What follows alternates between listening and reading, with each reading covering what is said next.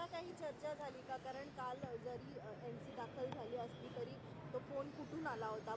Police तपास करतील ना. पोलीस संपर्कात आहेत माझ्या. साहेबांचं काही म्हणणं आहे का याविषयी? काही बोलणं झालं आता? नाही, मी त्यांच्या फक्त कानावर घातलं. सर, एक शेवटचा प्रश्न. धार्मिक द्वेष जर पसरवत असेल तर भाजपा पसरवते आहे. त्यांची मान्यता रद्द करावी, बाकी पक्षांचं जे आहे ते नंतर बघू, असं एक संजय राऊत म्हणाले.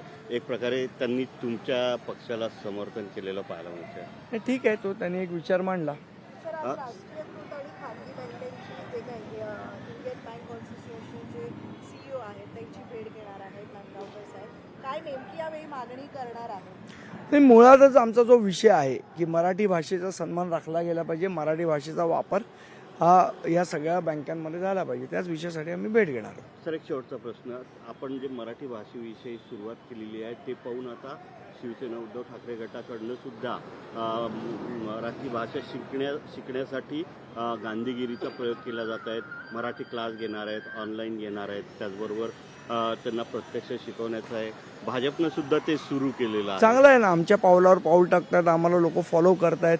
मराठी भाषेबद्दल त्यांना प्रेम आहे, हे बघून आम्हाला आनंदच आहे. त्यात वाईट वाटण्याचं काय कारण आहे?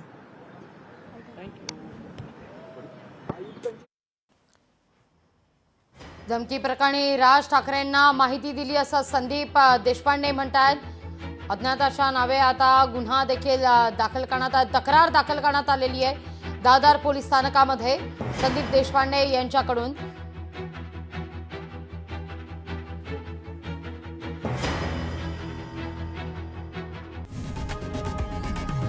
लोकशाही मराठी ऐका, पहा, जागरूक रहा.